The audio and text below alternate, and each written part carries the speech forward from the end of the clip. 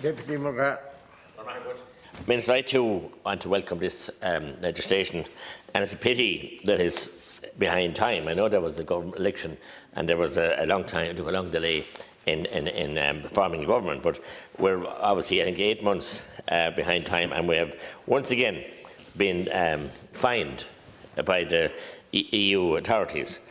You know, I suppose we're in the EU, we have to play our part, but we are being fined on a regular basis now by the European authorities for many different issues. And it ill behoves, you know, a situation like this, where every citizen of the state needs protection here, that we would foot drag in this and not play our part. We're very good Europeans in many ways. When it comes to signing statutory instruments for the fishermen, we crucify them. The Taoiseach couldn't even wait for the Minister for Agriculture, albeit the third one in a month, to be appointed to sign the statutory instruments. He rushed and signed them and said he hadn't even read them. And this is what happens. And the severe penalties that are placed on those fishermen due to those statutory instruments are scandalous. And you can go to court, and you can defend your good name, and you can get the penalty points annulled, but they stay on your licence. Did you ever hear the debate of it in your life? You can be found cleared of the offence that you're charged with and got penalty points, but you can't remove the penalty points from your licence. So we're so quick to do that, yet we're so slow to deal with a very important piece of legislation like this. You're a new minister, and I wish you well, and I have no issue with you whatsoever, or your dad before you. I respect you for that, and you're a legal brain as well. You're qualified, much more than I am. But this situation is scandalous. We see night after night, day after day, the atrocities in Dublin, in Drogheda. We have them spreading down to Mullingar, and we have fears that they'll spread to Clonmel because of the activities of drug gangs. And we hear this horrible term of the mules. A mule was a cross between a gin and an ass when I was growing up, but it's a horrible terminology, a mule. We had drug mules, now we have money mules. It's disgusting. Young teenagers, just barely, you know, secondary school they should be, maybe learning difficulties, maybe would be on the spectrum for some issues, and be used in this horrible, horrible, disgusting fashion. And as soon as they're the age to open a bank account in the legal age, they can. And we saw where a survey was done, and 98% of the people involved had bank accounts, however, there were those money mules. And they have a criminal record, and a serious criminal record for the rest of their life. And they probably won't get away with a juvenile and liaison officer or anything like that. They have a horrible criminal record, and not only that, because they get a fairly good reward for being the mule to carry that funding into their bank account and transfer it out again. So they like this. It's manna, it's quick buck, and they get into that way of life. And it's so hard to change it. And then they get so in deeper and deeper, and it's so difficult to come out of it, and so difficult for, you know, people in the community, albeit the parents, the liaison officers, you know, the therapists that are out there dealing with people that are involved in these kinds of criminality, to try and talk them out of it, because the money is lucrative, and it's high buzz and high octane levels, and they just really get sucked in and carried on. So, Minister, I am supporting this legislation, but I have an issue, like Deputy Danny Healy-Rae mentioned, in relation to a nominated person. A person with an exposed person, a politician. I'm one of those. I accept that myself. Certainly I do. And we all are. But when it comes to my wife, when it comes to each and every one of my 8 children, down to my 14-year-old daughter, and my son-in-law, who has no real relation to me as such, we're in very good terms, thank God, and he's a great man around the house to help us with issues, but when they all get registered letters from my bank that they're all exposed persons, I think that has gone from the ridiculous to the sublime. I mean, my child that has no way of earning money, she's past her leaving now since and going on to college, and the expense will be on us to keep her down. God bless her, and got her what she achieved, what she wanted, and got her place. It's a very anxious year last year, this present year on the exams, and now it's very anxious that I know what they're going to have, lectures, or they're going to have study, or what they're going to have, and it's very unfair. But she's an exposed person. That's ridiculous. And when I got onto my bank, I got no hop. I got onto my legal advice. I was told comply, and I have no notion of complying for my children, especially ones that are not involved in my business or in my political scene or anything else. and some of them are, you know, married and in my hand, they're setting up their own towns, setting up their own family. So we must be mindful of that too. And I've talked to the drafters of this legislation, who, you know, I often am critical of, but it's a step too far. It's ridiculous. Why should they inquire about my children? As Deputy Hilly-Ray said, the banks are under this legislation now, and they notice more than anybody if there's big and huge money movements in an account holder, albeit mine or anybody else, and I'm all up for that. All up for that, because that's the way it should be.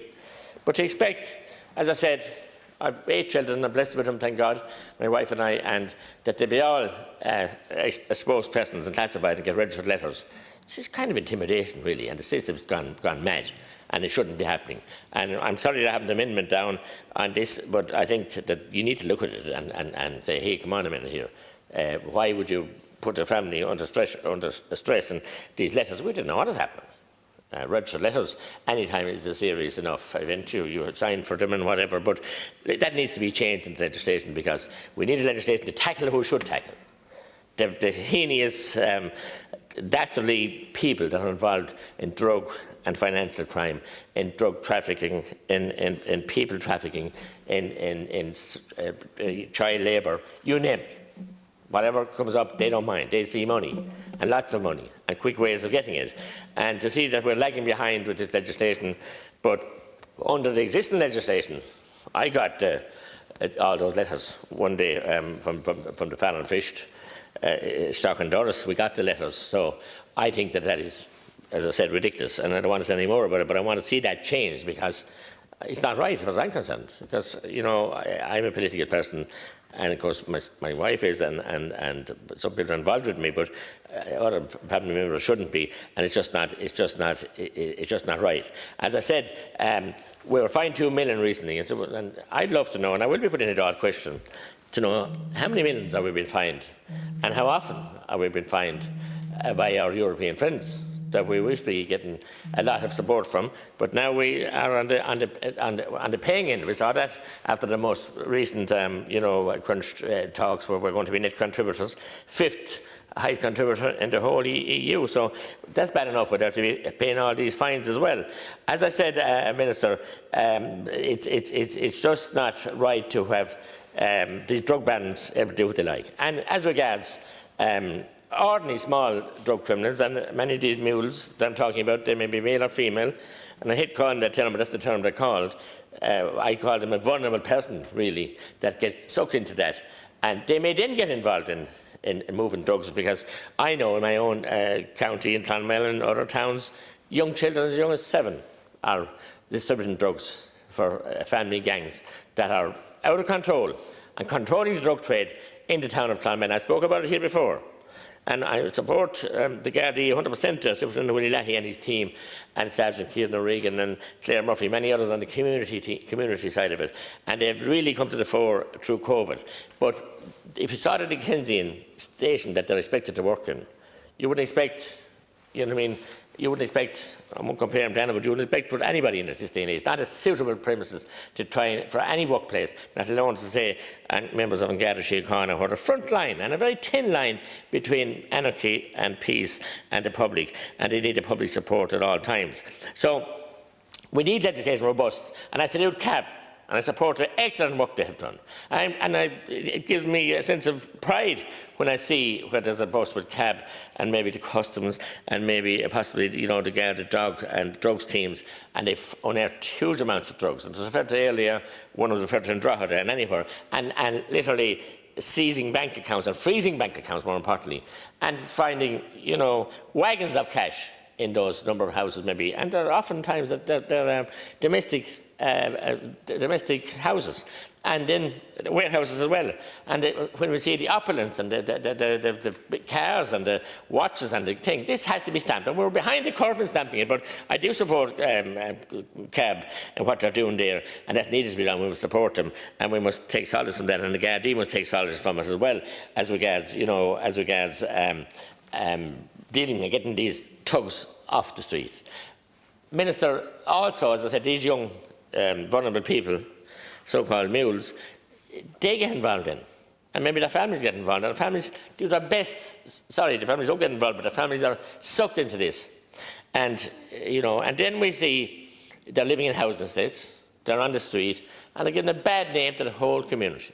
A terrible bad name, and people know about it, and they're feared, and they're revered by some other young people and for their money and what they can do. So it's a very difficult area to deal with. But the housing authorities and housing legislation must be strengthened to come up with ways of as I said earlier by Dr. Crowe, I think, that, where gather vetting is there for everything. I have people now that are involved in the community, and they might be involved in 5 different organisations, and they have to get a separate gather vetting for them all. It's madness. When we have a gather vetting for a house, some people are slipping through the cracks.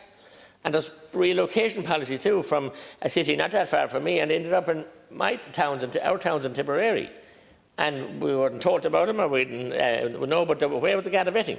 Worse than that, if they get a clear gather vetting and are housed in a family home, and then they get involved in drug business or all this dirty, murky business, there should be a review of the gather vetting. They're not in a good tenant. The council is slow to act, and the social workers and everything is not easy. But if you can see, and I do see it, in Clonmel, in a housing estate, and I don't see it, sorry, but I have people onto me on a regular basis. There is a constant flow of people in and out over the wall, and if they open their mouth, they get abused, and they get all kinds of missiles thrown into the garden. And that's from a particular grouping of people who we all talk about here, and we give them ethnic status as well, and they can't be touched. It's shocking. So we need this legislation to be more robust and to be more even-handed, and to take those vagabonds and gangsters and fraudsters off our streets, because it's a thin line when they take control. And this lacuna that we have now with the children out of school and lots of time in their hands, and we saw that party, and I'm not going to criticise Nadine Oge, I believe, Monanoe or Chucky Sheet, but the time that they had, and I know I have dealing with issues in Clonmel and other places with antisocial behaviour. It's not really antisocial behaviour, but it's gangs of people have nothing to do, because all the sports were stood down, all their activities, whether it be arts work, whether it be music, whether it be Rinka, Skull Rinka, Roddy Marshin, it was all closed up, so people have nothing else to do. So there's an old saying, and the Crahila could probably agree with me, or probably heard it any less count cold, or certainly, the devil finds work for idle hands, and that's what happens. And they just hadn't the work, or they hadn't the recreation, or they hadn't those outlets. And I appeal to parents, and I'm one myself of teenagers, to just know and care and wonder where your young people are, because we don't want them turning into this terrible term of money, these money mules. It's shocking. And it's a simple transaction into your account, and it's gone out an hour after, but it's diversion. And then they are easily traced, and which is a good thing. As I said, the survey that Deputy Murphy referred to, where 98% of the people involved here were young people between 17, 18 and 24. And that's a very vital time, because there's a lot of pressures on those people. So I support the legislation, certainly, Minister, but I'm concerned, and I'm appealing to you to examine the situation I outlined to you. Deputy Hilly did as well, because if it could be, common sense applied. And common sense is a scarce commodity in this modern world, but we need common sense, as I said. But we also need to ensure that we have this legislation prepared and put through the House in time. Otherwise, in this case, we have to have it in time, and we should have it. We're behind the curve all the time in catching up with these criminals. With this cryptocurrency, I didn't even refer to it, but I mean, what we saw this week throughout the world with big financial institutions, 40 billion going through them here in Ireland, and we pride ourselves on the financial headquarters that we have here of companies, but we are open, ripe for picking. But our children, Nadine Oga, are ripe for picking, and it's the wrong kind of picking, and it must be stamped out. So this legislation has to go through swiftly. But I would ask you to try and address the questions I put to you. Mattie McGrath.